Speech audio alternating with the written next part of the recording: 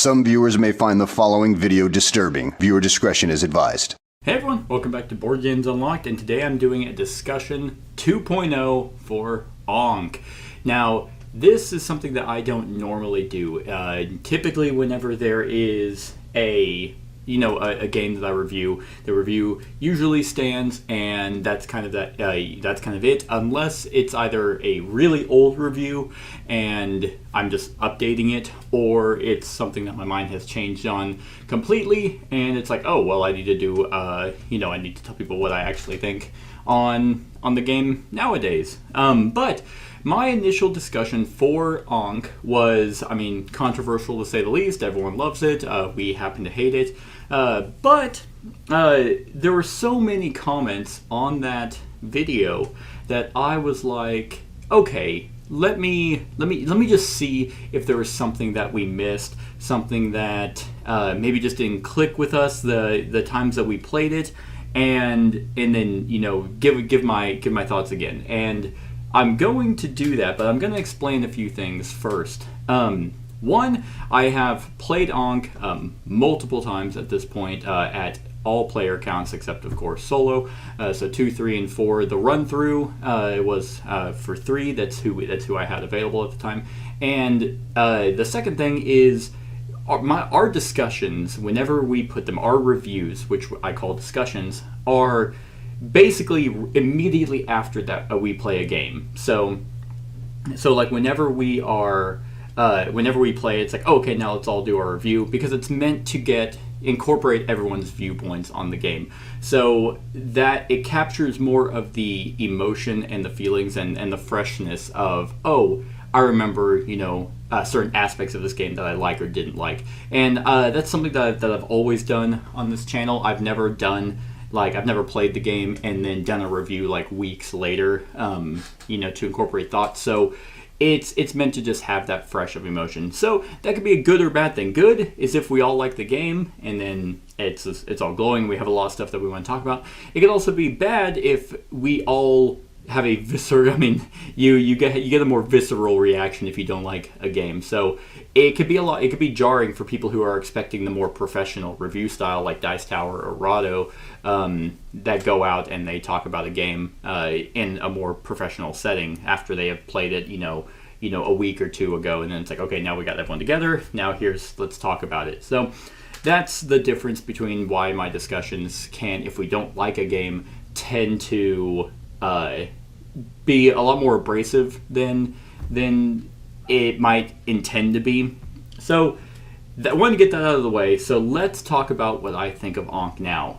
And I gotta say, it is very much the same. I guess it's just me right now.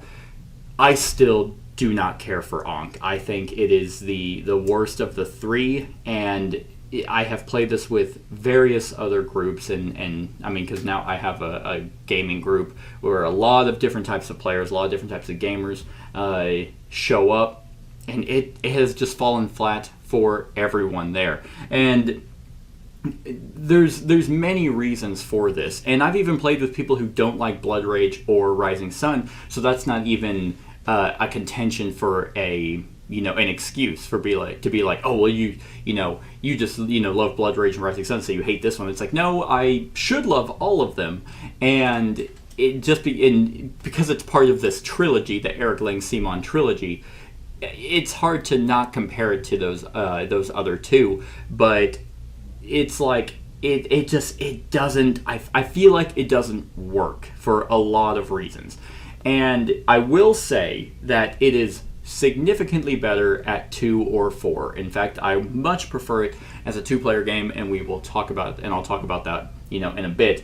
But to be fair, that is kind of the case for all of the other games. Or what I meant to say is that Ankh, I think, is horrible at 3. It's extremely punishing for 2 out of the 3 players, and that's kind of the same for his other games. Eric Lang just must hate 3-player games because Blood Rage and Rising Sun are not great with 3, so I'll give Ankh a pass. Unfortunately, that's how we played the run-through.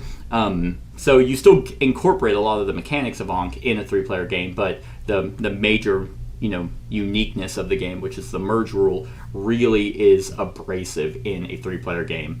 So, with that being said, let's talk about things that I guess I do like. The game, out of all 3 of them, is the quickest and simplest to learn, so that is a nice thing. On your turn, you choose an action that you want to do, and whenever you do that action, either move pieces or gain an Ankh power, or gain some oh crap, what do they call it? Essentially, prayer or devotion. It's not devotion. That's the track. Prayer.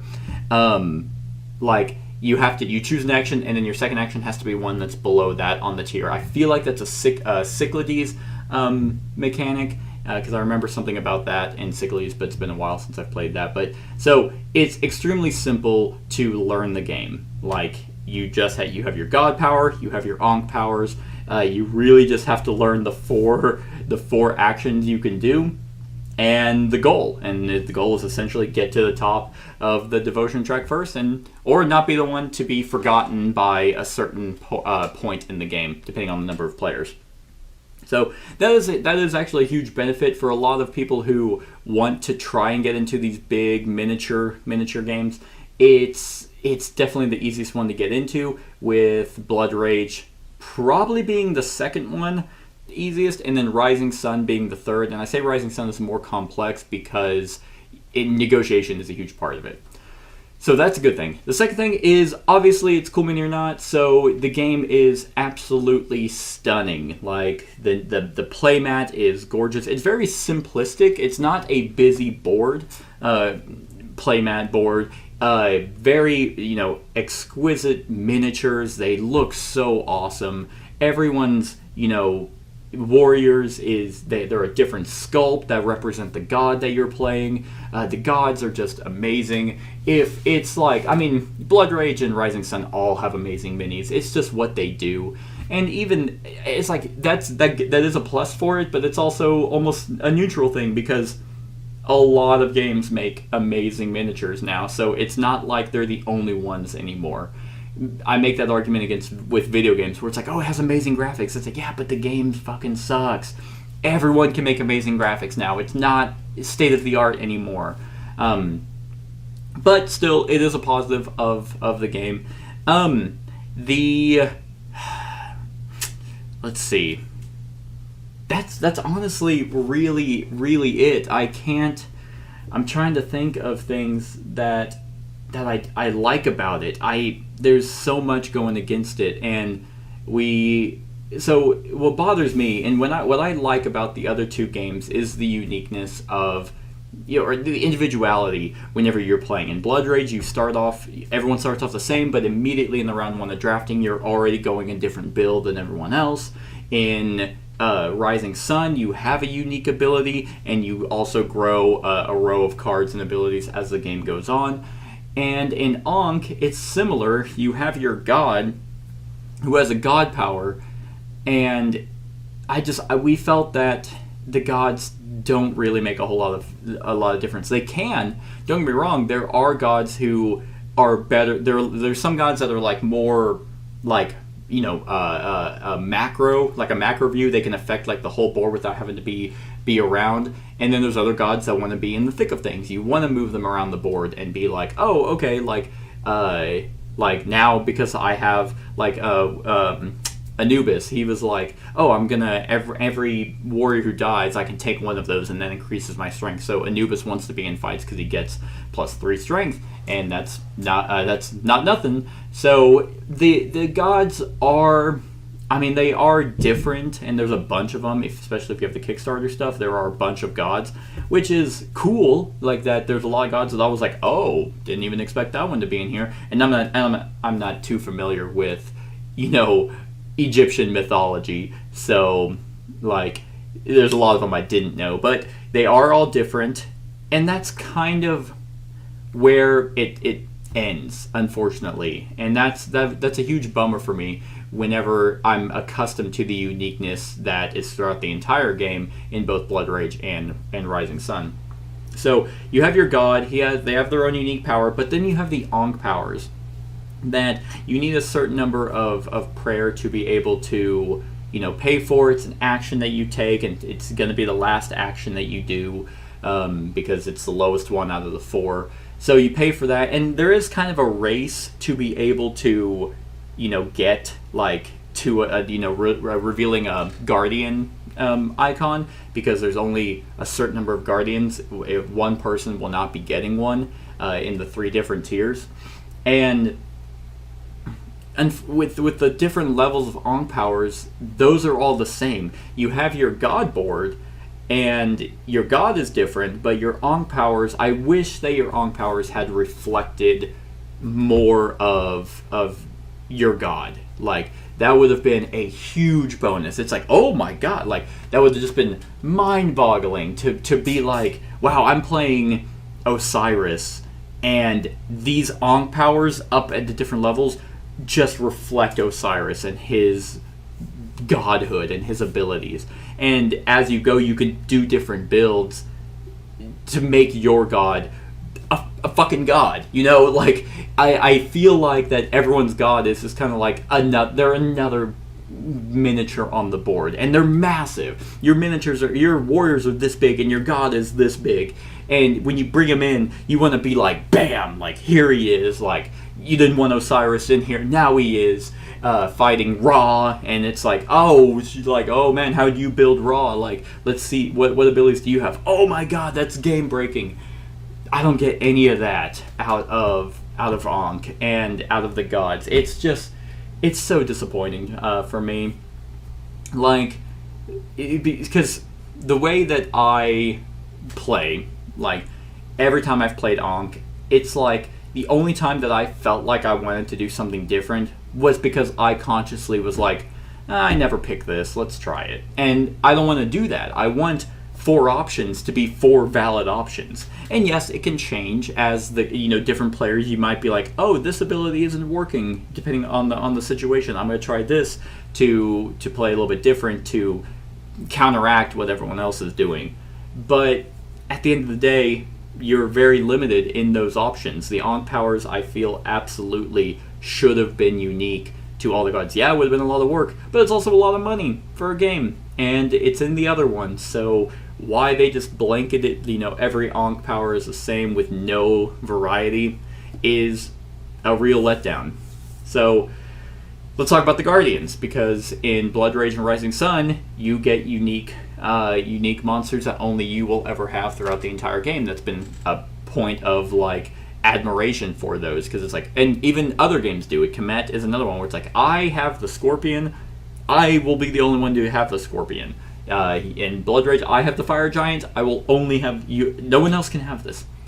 Ankh doesn't even do that, because you have other Guardians that other people can get. Like, oh, I don't remember a lot of their names, but I have the rabbits, but I can only get one, so whoever, does an Ankh power, they're going to get the other one. So it just kind of makes it seem like in a multiplayer game, it keeps punishing the person doing the worst. And that's kind of that's really the overarching theme to the entire game, is the rich kind of get richer, and the poor stay exactly where they're at. Oh, you want a Guardian? No, you don't get one because you were last. You don't want you don't want to merge?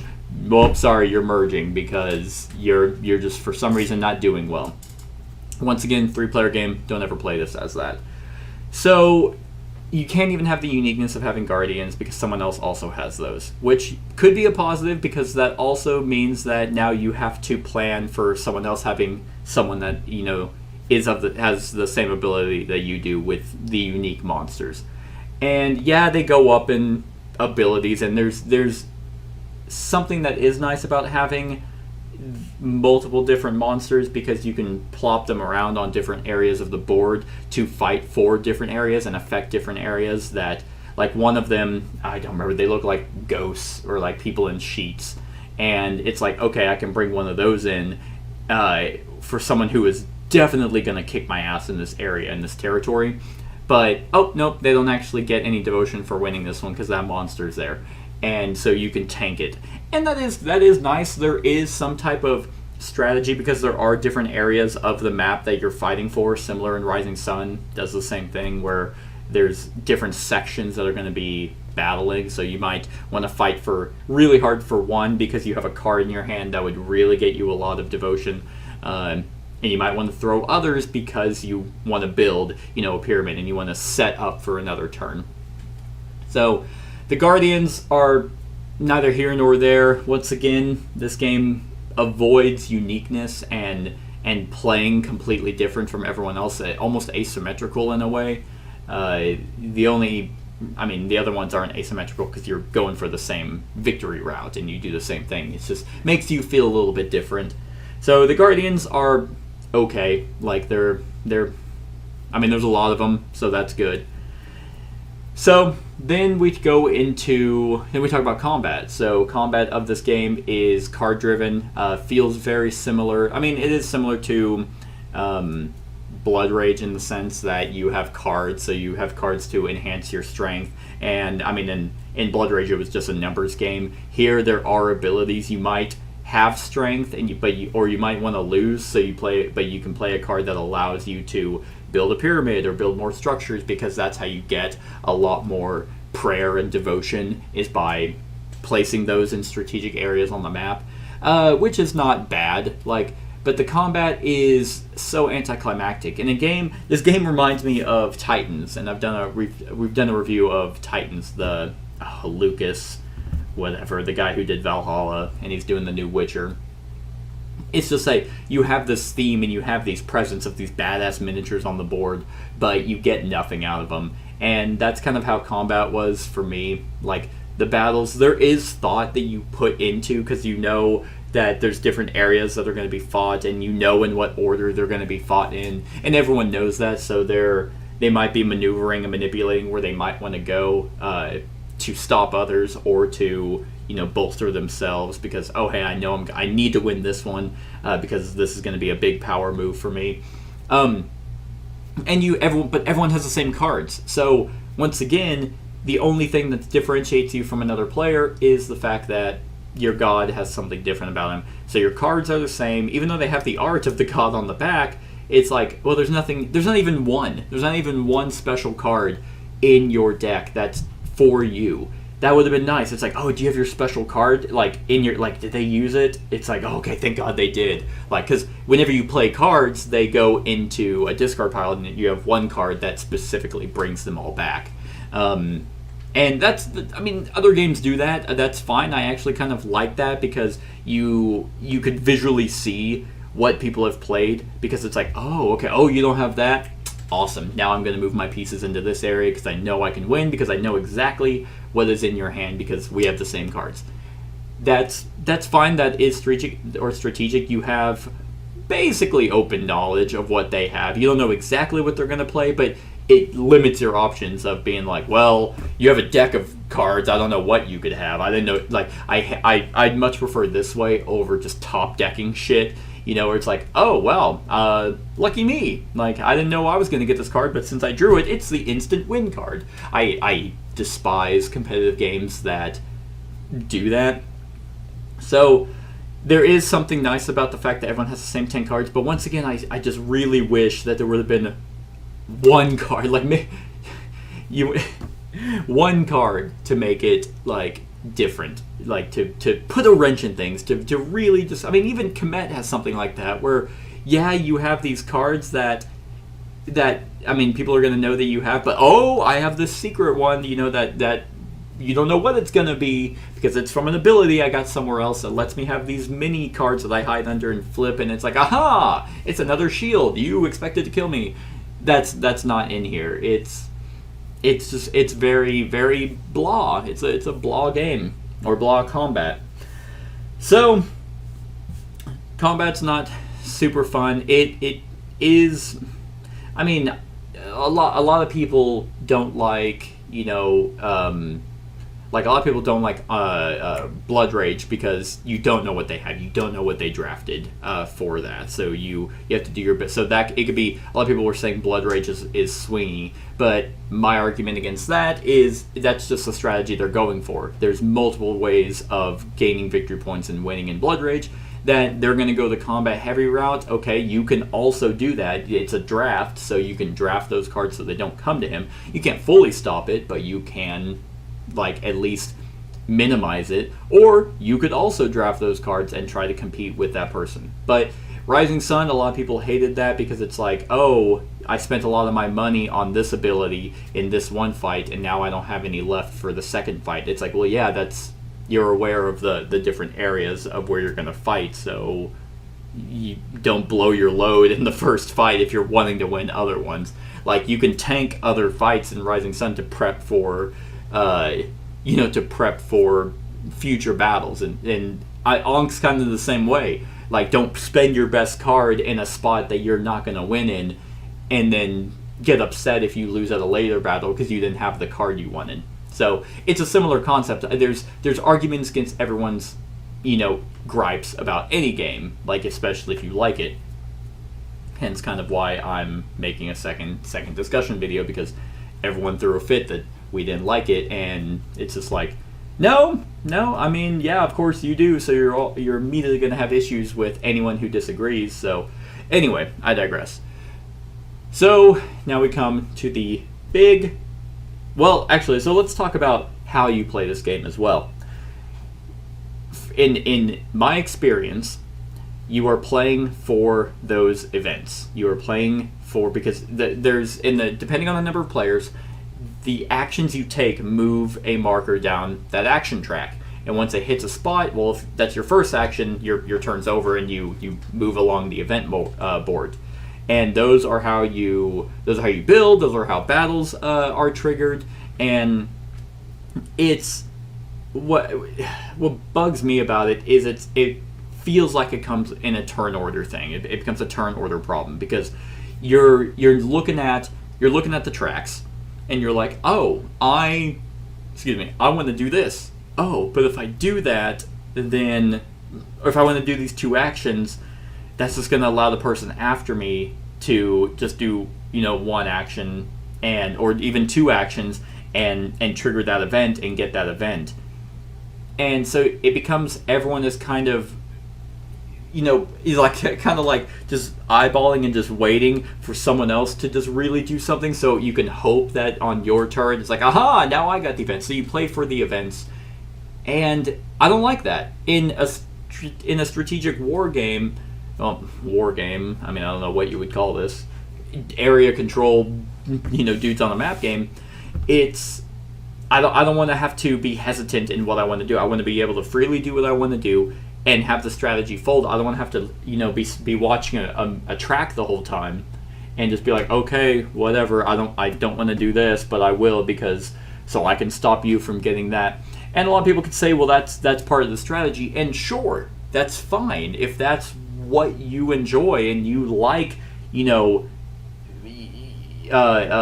not doing something, passing on something to be able to prevent someone else from getting it.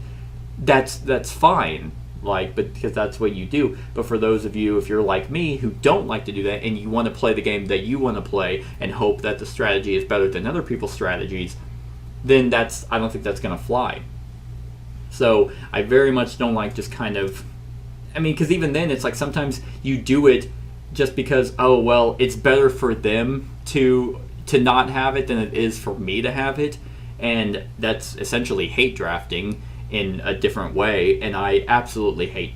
I hate drafting.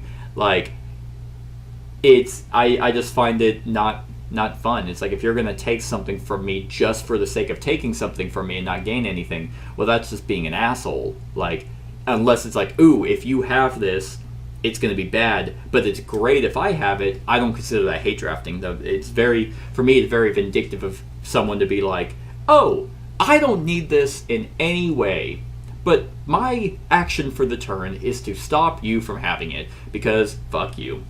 And that's kind of what the event track ends up being. Not every time. There are times where you gain something from it, but also you gain something from doing your action and also gain something for the event, and you can kind of try to plan for that. But with multiple people, you don't know what they're going to do. In a 4-player game, it's really just luck of the draw. In a 2-player game, it's a lot better because it's just you and another person going back and forth. just trying to edge each other out to be able to swing the events. In the 3-player game, still it's kind of a mixture of both.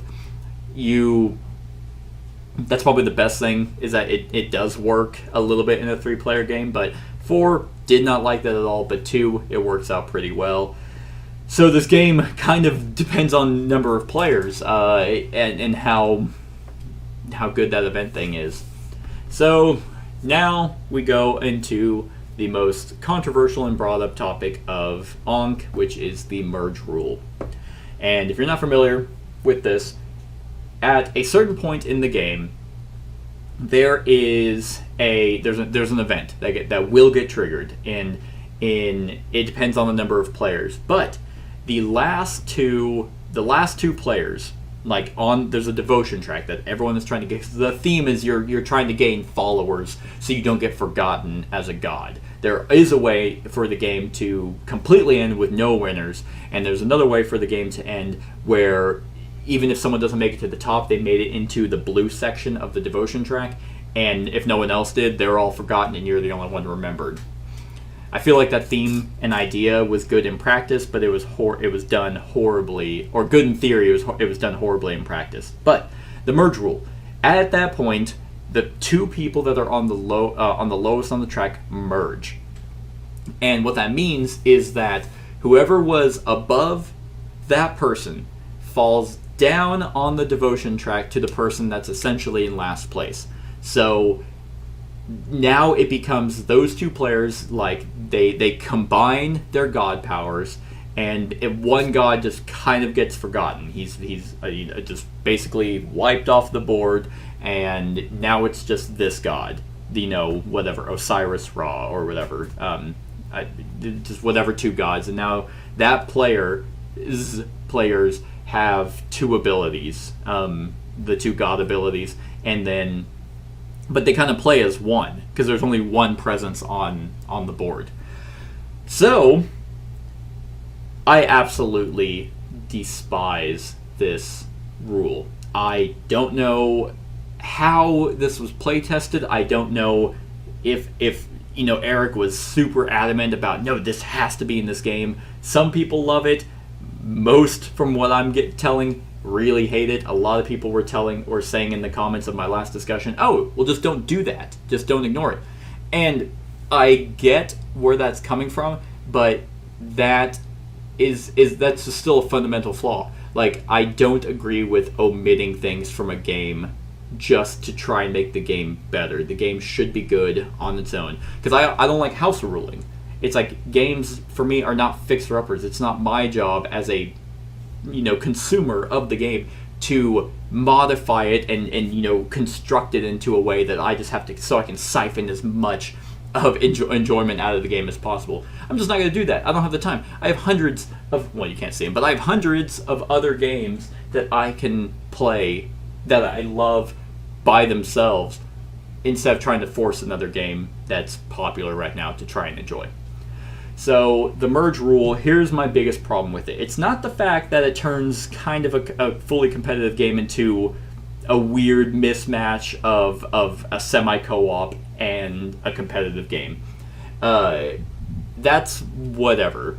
It's the fact that the person who has to merge is so severely punished for doing a little bit worse than another player. It's mind-boggling to me how this was an idea, because it's okay, you have 2 players, and this is very bad in a 3-player game. So either 4 players and 2, it doesn't exist. So if you get where I'm coming from, anyway, in a multiplayer game, it's okay, let's say someone has 10 devotion. For some reason, they've just been they can't do it. They can't gain any more, and someone has 18, and then the next one's 20. Let's say next one, the third player is 19, and then someone's in 22. Whatever. The first player is a little bit higher than everyone.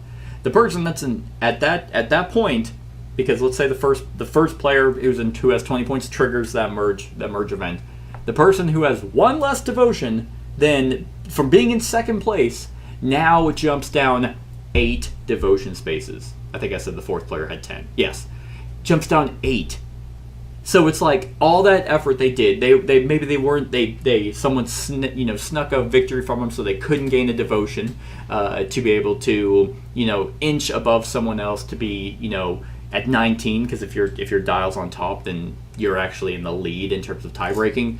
So now they drop, and it's like it's so just soul crushing. It's like, in the run-through, that's exactly what happened. It was a tie that I happened to just be able to tie and be like, oh, all right, yep, I did that, so now have fun being all the way on the bottom. I do not get it. I absolutely do not understand, because there's a lot in this game that punishes you for just doing bad, and I don't get why anyone would want to play. It's like, because you can't even enjoy, oh, I'm going to try playing this way. I'm going to play a little bit different than everyone. I'm going to try to play a little bit different. And then you're just punished for doing that. It's not even helpful for the person in last place, really. So now it's just very debilitating to even want to continue with this. So I really don't understand why people do like it. It has absolutely fallen flat in every game that I have played. That was 3 or 4 players, because it's like I'm trying to win. I'm trying to complete the thing that lets me win, and just because of the way that the game flows, it's not even a race anymore. It's a race normally. It's a race to get to the top, but then it becomes a race to not be the 2 worst players, and that's just not fun. I do not feel that that's fun for a lot of people. And if you love it, if you think that, oh, now we can both work together because whatever our gods are now the same, then great, you like it, and that's that. And anyone else who says different shouldn't make you not like it. Like, that's a lot of, I never understand that either, because it's like, oh, you disagree with me, I really love it, you hate it, I'm gonna go after you. It's like, but just don't listen. Just be like, okay, you don't like it, I do, I'm gonna go move on and play the game and enjoy it. Anyway, yeah, that was a mind-boggling rule, because it sounded really cool. Whenever we were first learning the game, I was like, oh yeah, that's really interesting. You could be forgotten, and oh, they merge, and like, oh, how does that work? I thought it was going to be like, because you have a little tile that has your god ability on it, really, and the merge rules on the back. I thought it was going to be like you swapped. So like in a 4-player game, the 2 people who merge, they just swap abilities. So now they both have the abilities, and it's like, oh, well, that's interesting. But nope, that's not how it is. One person, essentially, there is player elimination in the game. The game can hit that spot where people can be forgotten and others can still be trying to hit the high devotion. So you can be eliminated from this game. And that is also, I think, a pretty big negative, that in a game like this, that you could spend. I mean, the game's not overly long, which is, I guess, another positive. But even then, an hour and a half, and you're just like, all right, guess I'm not playing anymore. It's like, that is okay in a party game, not in a dudes on the map area control, where you could just, oh, okay, I guess you got forgotten, sorry. And a lot of people are like, well, that's thematic, gods were forgotten all the time. It's like, I understand that, but at the same time, I have always said theme doesn't always make good game mechanics. Game mechanics should enhance theme, not take away from it. And that's the merge rule is just, I've hated it in every game, and I've been a part of it. I've always just been gritting my teeth. I'm like, okay, let's see if we can, dig our way out of this hole, because just the way that the game flows, you just kind of get screwed if you're in last place. I mean, because the way it works is that essentially now the 2 players, they get 2 actions each. And it's like, it's interesting, actually. This was brought to my attention in one of the comments, was because typically when you, as a player, as an individual player, you pick one action and you have to pick an action that's below it. So if you move pieces, you have to pick a different action, and so you can't move pieces twice. The merge players can, like, because they each do one action. So if it's two people, obviously. One person wants to move, the other person can also move. One person wants to do an Ankh power, the other person wants to do... One person wants to... Like, you can do that. And that's supposed to be the compensation for being in, you know, the, like, in being, you know, kind of semi-cooperative. And they kind of work together a little bit. But it's still, ultimately, the player whose god didn't get removed from the game, it comes down to their decision. And it's once again, good in theory, not great in practice. But it's like, in a 4-player game, I go that, you know, the third and fourth player got merged, whatever. I go, I do my 2 actions. Second player goes, they do their 2 actions. Third player goes, him and, you know, her, whatever. He does 1 action, she does 1 action. Becomes her turn, she does an action, he doesn't. Like, so they double up on actions to try and compensate. But then it's like, well, why'd they merge in the first place? I just, this rule, I totally get it if people are saying, well, we just don't play with that. Good. It's bad. It is a bad rule. It's unique. It is something I've never seen in any game before, and there's probably a reason for that, because if anyone's thought of that idea, they're like, no one liked it in playtesting. Okay, well, we won't do that. I'm guessing there was no playtesting. There probably was. I mean, or Simon was like, oh, this is an Eric Lane game. Whatever he makes, send it through. You know, who knows? Who knows? So, now it comes down to, like, play this at 2. This game has a lot of people kind of compare it to chess, and I definitely see where that's coming from, because as a 2-player game, the merge rule doesn't exist.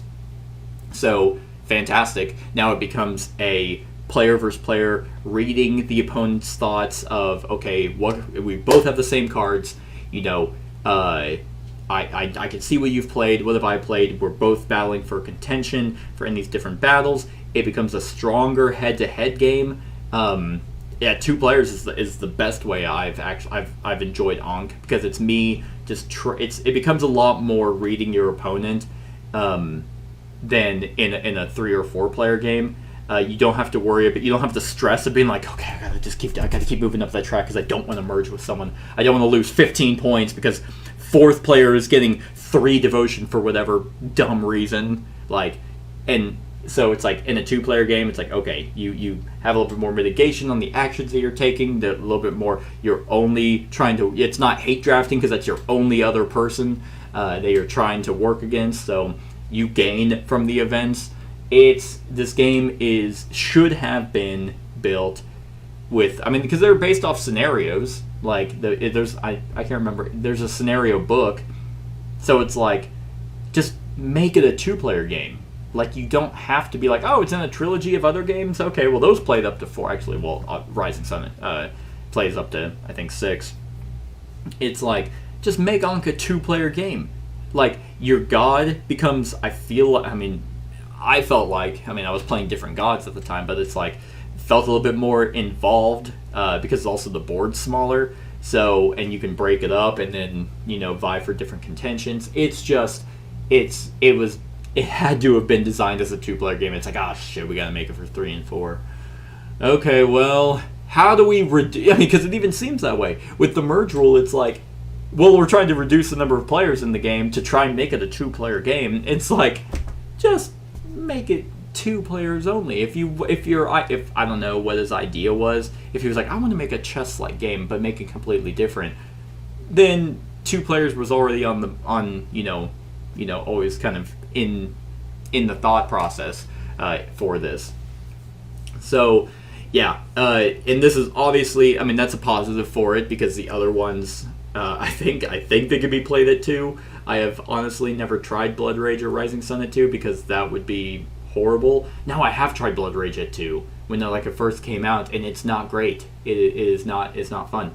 So out of all 3 of them, Ankh, if it's like, oh well, it's just me and my significant other, or it's I only have one other person who likes board games, then yeah, absolutely get Ankh, because if you want a big beautiful game, then with pretty strong head-to-head, like, Ankh's not a terrible choice. I would recommend other games. In fact, you can go watch my top 10 1v1 games, and pick any of those because those are the ones I'd recommend if it's just you and one other person and you want the 1v1 style. But if you have some money to burn and you want amazing miniatures, then Ankh is not a terrible decision at 2.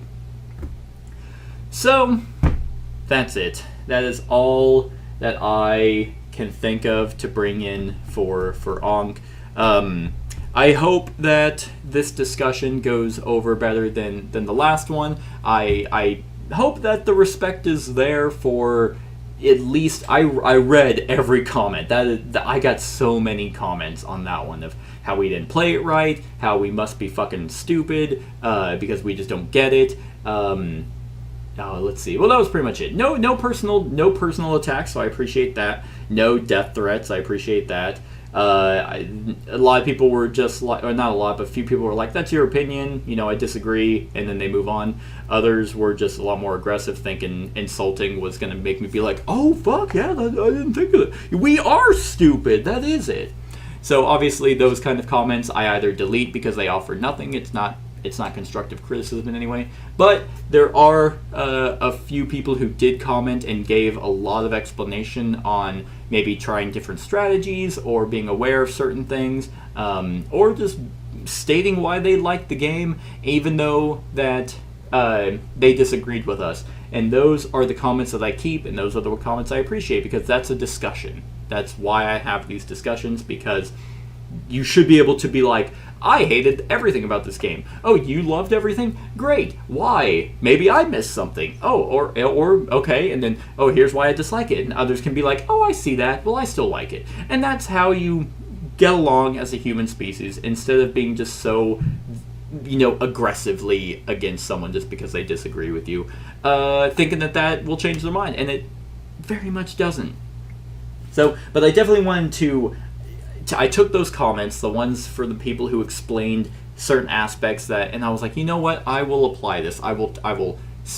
Who knows? Maybe I was just not in the right mindset that day. Maybe different groups, different play styles, different, multiple different, player counts. Maybe I'll do all that and I will just see if something changes. And it didn't really. So, So that's really where I still stand. But then again, Rising Sun is my favorite out of the 3. That fits my playstyle. Blood Rage is right behind that. And Ankh is I don't own it. Obviously, it's not in front of me. I don't have the board. There's a picture here because I got that, but I don't own this game. I was playing other people's copies of it to try and collect as much information on various different just things that people brought to my attention. But I hope that at least this discussion helps clarify, maybe calms people down. I'm going to obviously remove the previous discussion and replace it with this one. So if, at this point, if the comments aren't, constructive in any way, if they're still negative and they offer no substance except to just be mean, I'm just going to remove them. Like, I really don't care. But if you're talking about, oh, I still disagree with you, but here's all the stuff of why, then I'll keep it. Because if someone, listens to this and then they're like, well, I wonder what other people thought, they can read those and then form their own conclusion. But once again, every single discussion is just my opinion or just our opinion, the people I play the games with. And that opinion is not the new fact, and it never was. So on a scale of 1 to 10, I am going to give... Actually, I will rank these depending on number of players. And 3, because it does change depending on... And then I'll just average it out. As a 3-player game, I will give Ankh a...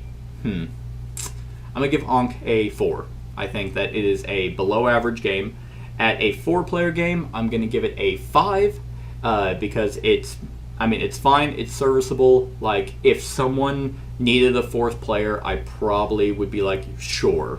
Like, it since it's not like a 3-hour time sink 4-player game, alright, I'll give it a shot.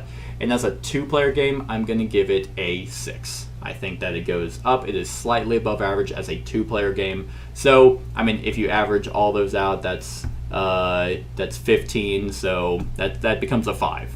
Like Ankh in general, I think is an average game, and that's my thoughts. So that's that. That is the Ankh. I was gonna say Gods of Egypt discussion 2.0. What the heck was that? 2. That's the discussion for Ankh. Let me know what you think of the game in the comments below. Other than that, like, comment, share, and subscribe, and have a wonderful whatever time of day it is for you. Hey everyone, thank you for watching, and I really hope that you enjoyed the video. If you would like to see more of my content, go ahead and click that subscribe button and the bell to be notified whenever I upload any new content. If you feel like supporting the channel, you can go ahead and click that Patreon link to be taken to my Patreon, and any help is truly appreciated. Other than that, stick around for any other run-throughs or reviews or cool top 10s or whatever I feel like putting on. Other than that, like, comment, share, and subscribe, and have a wonderful whatever time of day it is for you.